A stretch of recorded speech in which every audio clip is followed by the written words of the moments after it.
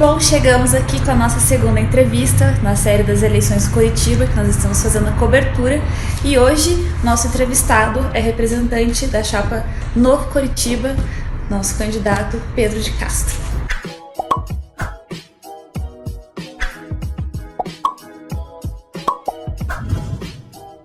Bom, Pedro, então, como já conversamos anteriormente, já inclusive com o Samir, o candidato Samir também, que foi o primeiro entrevistado, nossa entrevista vai ser pautada de forma isenta e imparcial.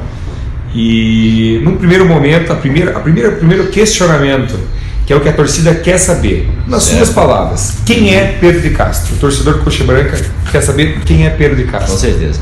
Bom, Pedro de Castro é um pai de família, empresário, sou casado há 12 anos,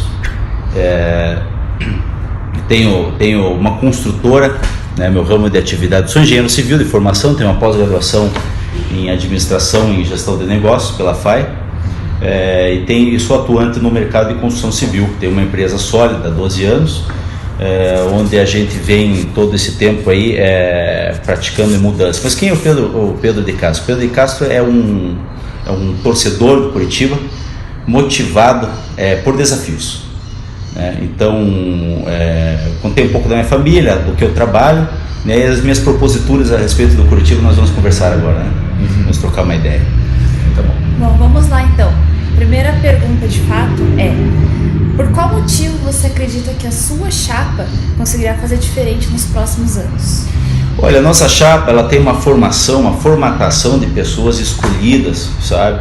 E aonde a gente vem trabalhando em conjunto com elas, no sentido de fomentar o que é o bom para o Curitiba em definitivo, não uma força de expressão em definitivo, né? Mas eu digo, trabalhando com a mentalidade, para mudar a mentalidade do Curitiba. Então, acho que os planos de metas e os desejos do torcedor e de todas as chapas envolvidas nesse pleito eleitoral, provavelmente elas tenham muitas coisas parecidas uma com a outra. Mas porque são todos torcedores e são todos apaixonados pelo Curitiba. Agora a gente tentou trazer uma formatação mais profissional, uma formatação que a gente possa delinear com a ideia dos dois pilares, que é a gestão para o futebol. Então a gente quer gerir o Curitiba para o futebol, é o nosso produto final. É muito importante que as pessoas que estejam nos escutando, que elas tenham muito essa percepção e consigam analisar profundamente quais são os caminhos definitivos para que a gente possa ter um Curitiba vencedor. E a nossa chapa tem essa formatação, nós trabalhamos com a verdade. Então não existe trocas de favores, não vai existir de forma alguma algum benefício em troca de amizade ou de algo que venha a ferir, a sangrar. Não é uma confraria, o Curitiba é uma empresa, nós precisamos gerir ela. Perfeito, muito boa resposta. Candidato, vamos falar agora do lado financeiro, certo? Certo. Curitiba vive um momento instável financeiramente, né? Os próprios números hoje aí demonstram isso. Algumas gestões aí já tiveram que inclusive antecipar cotas de televisão, já tivemos problemas com salários de atletas que estavam em atraso. Temos também aí rescisões que foram mal feitas nas gestões anteriores, né, valores que estão aí em discussão judicial.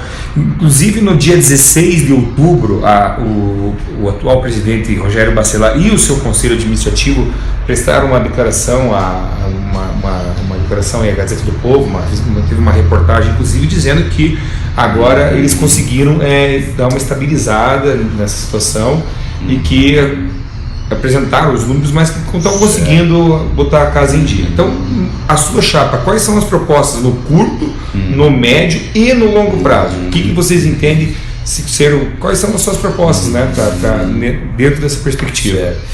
Giovanni, como uma empresa, a gestão financeira dela, por óbvio, ela é uma espinha dorsal muito importante.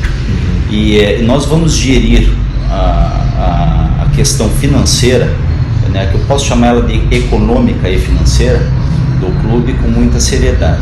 Agora, indo reto ao ponto, né, como que nós vamos poder fazer com que a gente trabalhe um fluxo de caixa, que eu chamo. Porque muitas pessoas, eles apontam num determinado valor específico nominal de dívida do Curitiba, né? Nós temos existem todos os exercícios que são fechados um balanço, né? Onde demonstra os números. Números nós temos, né? Agora nós temos que equilibrar esses números. Nós não podemos afirmar que vai ser pago ou honrado uma dívida em um ano, 2 ou em uma gestão. Isso é um trabalho de várias gestões. Agora, ela precisa ser planejada. Existem alguns mecanismos que foram criados para isso e que existem hoje um planejamento de gestão financeira, né? Quando a gente analisa os pontos específicos, como índice de liquidez geral, corrente, capacidade de endividamento do clube, né? Esses itens, quem olhar esses números não empresta um centavo para o Curitiba, né? Então, o que nós temos que fazer? Nós temos que ter um fluxo de caixa e fazer uma análise profunda para manter o nosso Curitiba, certo? E reestruturar com o passar do tempo para equalizar a questão do financeiro, mas sempre com foco no futebol.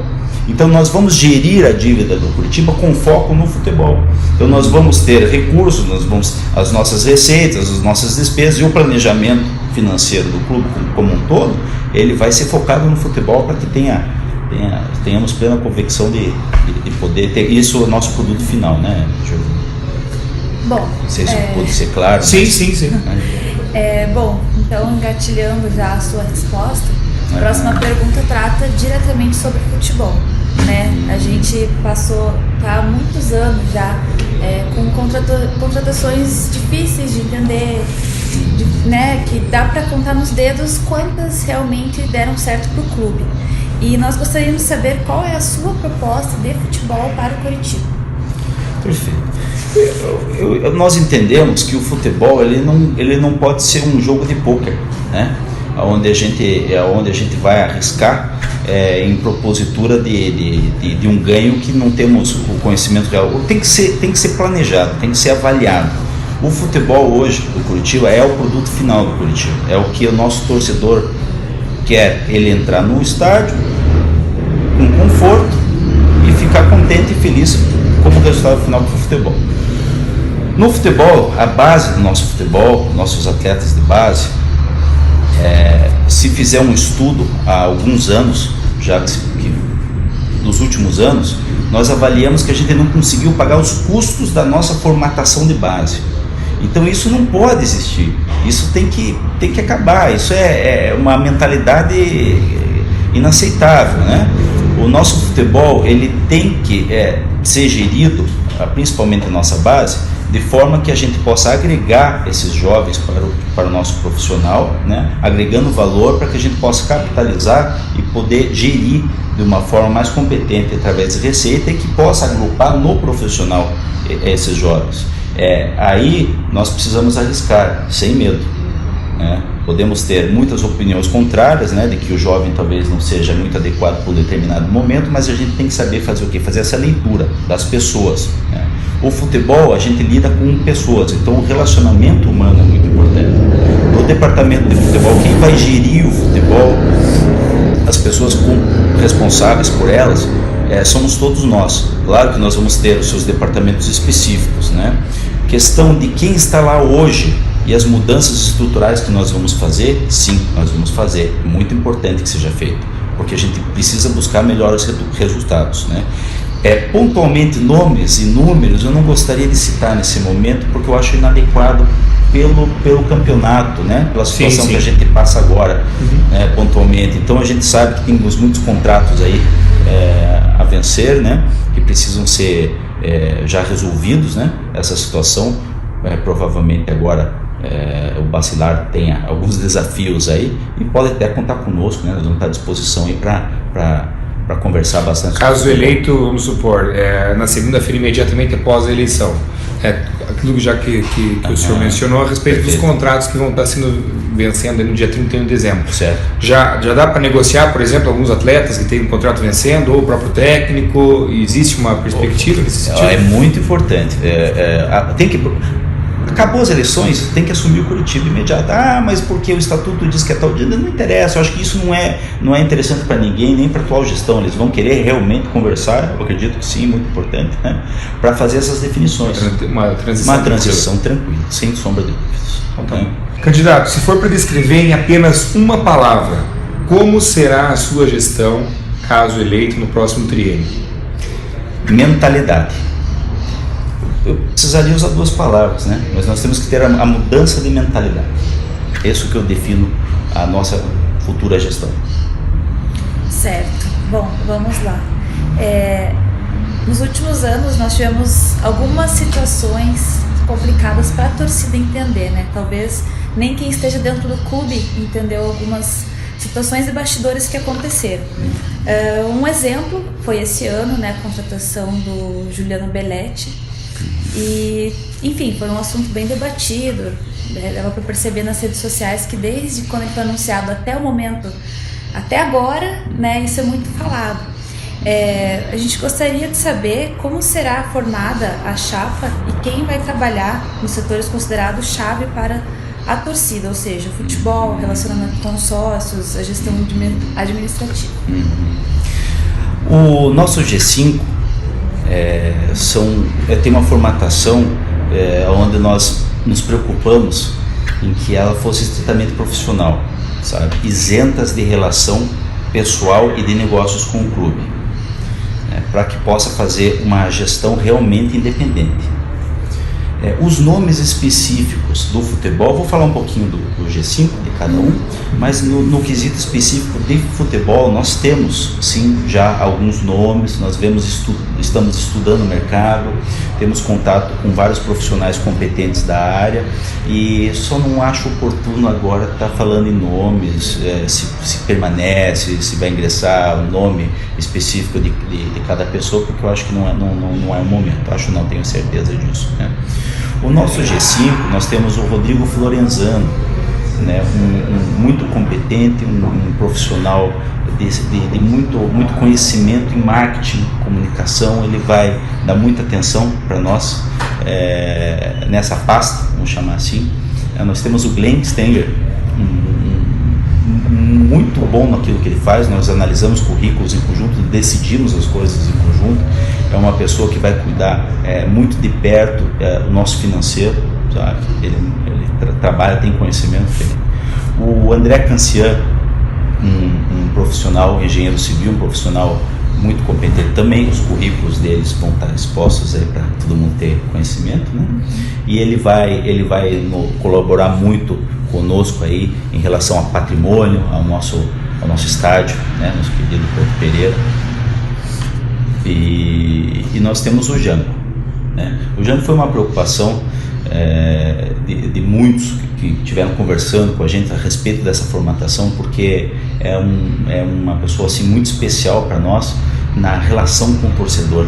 Ele tem uma visão muito boa e eu acho que nós temos que agregar mais, dividir mais com o sócio do Curitiba, com o torcedor, para que a gente possa fazer essa formatação adequada, buscando uma gestão profissional, que as pessoas tenham o poder de tomada de decisão adequada, né? Eu acho que isso é muito importante e totalmente independente, porque a partir do momento que você não tem um colega, um amigo, ou um conhecido, ou uma parceria comercial, isso te facilita muito, né? Eu acho que tem que ser, pré-requisito, na verdade, né? Então nós temos que levar isso com muita seriedade.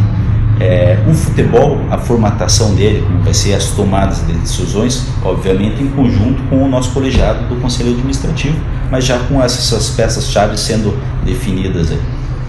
Perfeito.